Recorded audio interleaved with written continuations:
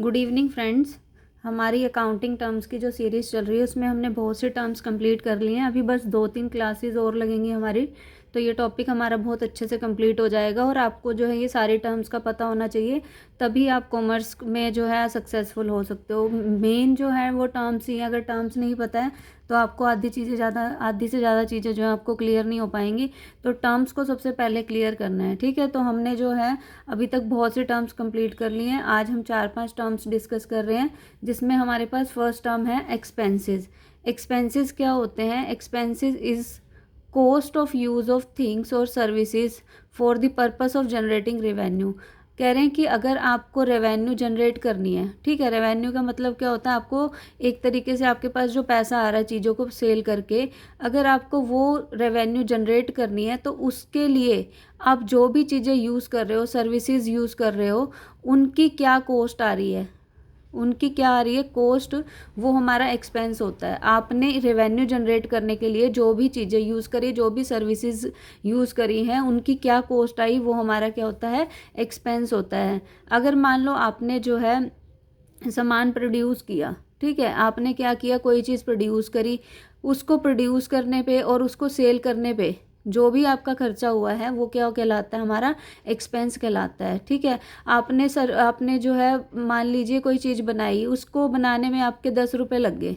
एक चीज़ को बनाने में आपको 10 रुपये लग रहे हैं, और उसकी एडवर्टाइजमेंट की या फिर उस चीज़ को आपने जाके सबको बेचा तो उसमें आपके 5 रुपये और खर्च हुए। तो टोटल उसकी जो 15 रुपये कॉस्ट हो, वो 15 रुपये जो कॉस्ट होगी वो उसका क्या कहलाएगा? एक्सपेंस कहलाएगा, ठीक है। तो आपके पास जो भी चीज़ है उसको प्रोड्यूस करने पे या फिर सेल करने पे आप जो भी कॉस्ट इनकर्ड कर रहे हैं वो हमारा क्या कहलाता है? एक्सपेंस कहलाता है। तो एक्सपेंस को इन शॉर्ट हम कह सकते हैं कॉस्ट ऑफ गुड्स सोल्ड, यानी कि जो भी हमने जो गुड्स सेल की हैं उसकी जितनी भी लागत आ रही है, जितनी भी कॉस्ट आ रही है, वो हमारा क्या कहलाता है? एक्सपेंस कहलाता है, ठीक है। और ये क्या होते हैं? Incurred to generate revenue. ये चीज़ ध्यान रखिएगा, ये क्या किए जाते हैं? इनकर्ड किए जाते हैं रेवेन्यू को जनरेट करने के लिए। रेवेन्यू क्या होती है? Amount receive from sale of goods. जो भी हमें सेल करने से गुड्स पे रिसीव होता है वो हमारा क्या कहलाता है? रेवेन्यू कहलाता है। यानी कि गुड्स को सेल करने से जो भी हमारे पास रिसीव हुआ, उसको जनरेट करने के लिए हम क्या कर रहे हैं? एक्सपेंस करते हैं, ठीक है। तो एक्सपेंसेस क्या है? ऐसा कुछ कोई भी अमाउंट जो हमने क्या किया है, पे करना पड़ रहा है हमें, किसके बदले में? जो भी हमने चीज़ें प्रोड्यूस करी, सेल करी, उनको बनाने में और उनको सेल करने में जो भी हमने खर्चा किया वो हमारा सारा क्या कहलाता है? एक्सपेंस कहलाता है, ठीक है। तो हम आपको ये ध्यान रखना है कि ये क्या होती है? कॉस्ट ऑफ गुड्स सोल्ड होती है। इसके कुछ एग्जांपल हैं, जैसे कॉस्ट ऑफ गुड्स सोल्ड होगी अमाउंट पेड फॉर रेंट, अगर आप रेंट पे कर रहे हो, कमीशन पे कर रहे हो, सैलरी पे कर रहे हो, एडवर्टाइजमेंट पे कर रहे हो। और जो डेप्रिसिएशन है वो भी एक एक्सपेंस होता है। डेप्रिसिएशन का मतलब क्या है कि आप जैसे जैसे आप जो है मान लीजिए मशीनरी है, बिल्डिंग है, उनको यूज़ कर रहे हैं तो उनकी वैल्यू जो है वो कम होती जाती है, वो भी हमारा क्या कहलाता है? एक्सपेंस कहलाता है। तो आप ध्यान रखेंगे कि कॉस्ट कौन सी होती है जो कि चीज़ों को प्रोड्यूस करने पे और सेल करने पे जो है की जाती है, खर्चा किया जाता है, वो कॉस्ट हमारी जो कहलाती है वो एक्सपेंस कहलाती है। और ये किस लिए जनरेट की जाती है? सॉरी, इनकम जनरेट करने के लिए, रेवेन्यू जनरेट करने के लिए हम खर्चा करते हैं, उसे हम क्या कहते हैं? एक्सपेंस कहते हैं, ठीक है। नेक्स्ट जो हमारे पास टर्म आ रही है वो आ रही है इनकम। इनकम क्या होती है? इनकम जो है वो रेवेन्यू से क्या होती है? अलग होती है। इनकम क्या है? रेवेन्यू से क्या होती है? डिफरेंट होती है। Surplus of revenue over expenses, ठीक है। रेवेन्यू क्या होती है? Surplus of revenue over expenses, यानी कि जो भी हमारी रेवेन्यू है, यानी कि हमने जितना भी सेल किया था उससे हमारे पास जो भी पैसा आया था, अमाउंट हमें रिसीव हुआ था, वो एक्सपेंसेस से, यानी कि जो भी हमारा उसको बनाने में और सेल करने में खर्चा हुआ है उससे कितना ज़्यादा है, वो हमारा क्या कहलाता है? इनकम कहलाता है, ठीक है। तो इनकम को अगर हम फॉर्मूले में कन्वर्ट करें तो हमारे पास इनकम क्या होती है? रेवेन्यू माइनस एक्सपेंसेस, यानी कि जितनी भी हमें रेवेन्यू हुई है और वो एक्सपेंसेस से कितनी ज़्यादा है, उसको क्या कहा जाएगा? इनकम कहा जाएगा। तो रेवेन्यू क्या है? Amount receive from sale of goods. ध्यान रखिएगा, ये लिख दिया है मैंने ताकि आप कंफ्यूज ना हो। तो रेवेन्यू क्या होती है? जितना भी आपको सेल करने से गुड्स पे रिसीव हुआ वो, और उनको जो है बनाने में और सेल करने पे जितना भी आपको खर्चा उठाना पड़ा, जितनी भी आपको कॉस्ट उठानी पड़ी, वो एक्सपेंस होता है। तो इन दोनों का जो डिफरेंस होता है वो क्या कहलाता है? इनकम कहलाता है। ठीक है, इसको हम एक एग्जांपल से समझते हैं। जैसे कि गुड्स जो है आपने उनको बनाने पे और सेल करने पे जो आपका टोटल कॉस्ट आई है वो 4 लाख रुपए आई है, और उनको सेल किया है आपने 5 लाख में। तो बनाने में जो कॉस्ट आई है 4 लाख और सेल करने पे 5 लाख आपको रिसीव हुए हैं। तो इन दोनों का जो डिफरेंस है वो कितना है? हमारे पास 1 लाख। 1 लाख हमारी क्या हो जाएगी?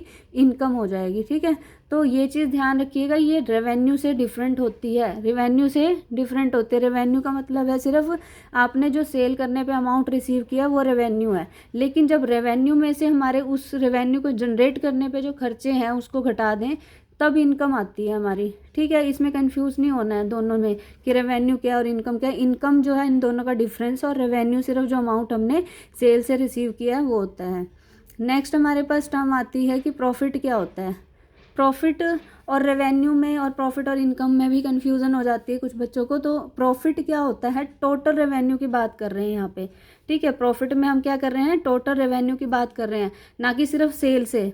टोटल ऑल ओवर जो हमारी सेल हुई है एक अकाउंटिंग पीरियड के दौरान। मान लीजिए हम एक अकाउंटिंग पीरियड लेके चलते हैं कि हमारा 1 साल के अंदर कितनी सेल हुई है, कितना हमारा उस पर खर्चा हुआ, उन दोनों का जो डिफरेंस होगा ना वो क्या होगा? हमारा प्रॉफिट होगा। यानी कि total revenue over total expenses of a business enterprises from for an accounting period. यानी कि एक अकाउंटिंग पीरियड के दौरान उसका कितना खर्चा हुआ है, टोटल एक अकाउंटिंग पीरियड में कितनी उसको रेवेन्यू हुई, कितना उसने उस पर रेवेन्यू जनरेट करने पर खर्चा किया है, उन दोनों का जो डिफरेंस होगा वो हमारा क्या कहलाता है? प्रॉफिट कहलाता है। उसके बाद आता है, अगर हम देखें तो जो प्रॉफिट होगा, प्रॉफिट को क्या करते हैं? जो ओनर होता है वो प्रॉफिट को क्या करता है? अपने बिजनेस में आगे लगाता है। तो उस प्रॉफिट से क्या होगा? ये करेगा increase the investment of the owner. तो ओनर की क्या हो जाएगी? उससे इन्वेस्टमेंट इंक्रीज हो जाती है एक बिजनेस के अंदर। तो प्रॉफिट ध्यान रखिएगा, ये पूरे अकाउंटिंग पीरियड में हमारी टोटल रेवेन्यू और टोटल एक्सपेंसेस का क्या होता है? डिफरेंस होता है। नेक्स्ट हमारे पास आता है कि गेन क्या होता है। अब प्रॉफिट का आपको समझ आ गया ना, टोटल रेवेन्यू और टोटल एक्सपेंसेस का डिफरेंस होता है वो प्रॉफिट होता है। और गेन क्या होगा?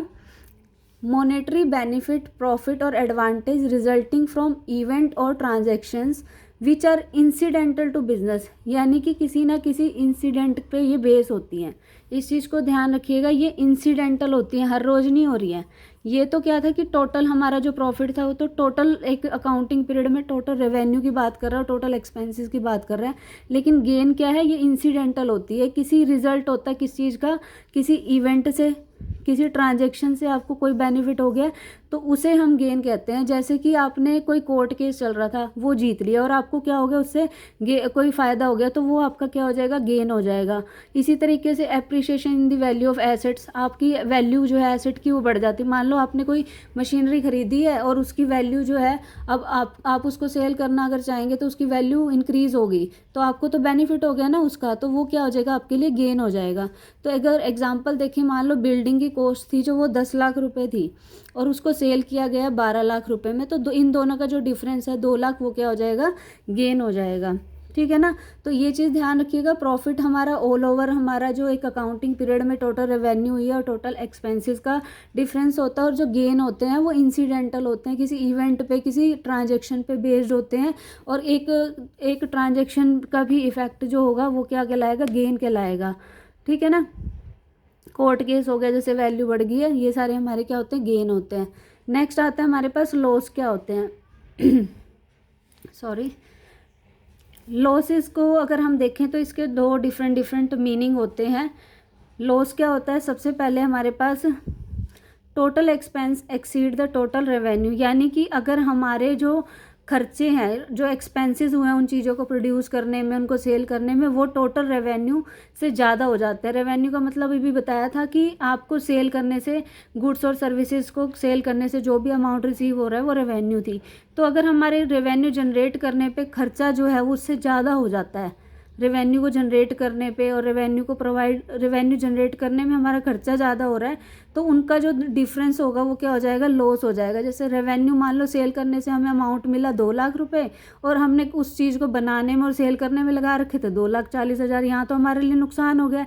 तो ये जो 40,000 हमें एक्स्ट्रा कर रखे थे खर्चे, वो हमारा क्या हो गया है, लॉस कहलाएगा। दूसरा अगर इसका मीनिंग देखें तो सम फैक्ट्स और activity against which firm receive no benefit, firm को क्या हो रहा है, कोई भी बेनिफिट नहीं हो रहा, तो वो भी हमारे लिए क्या है, एक लॉस है।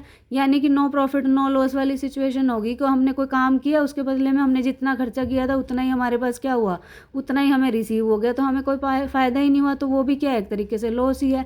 जैसे कि लॉस ड्यू टू फायर, अगर हम मान लो हमारे जो है बिजनेस में हमारी बिल्डिंग है उसमें आग लग जाती है, उसकी वजह से हमारा मटीरियल जल जाता है, तो हमारा क्या हो गया, लॉस हो गया।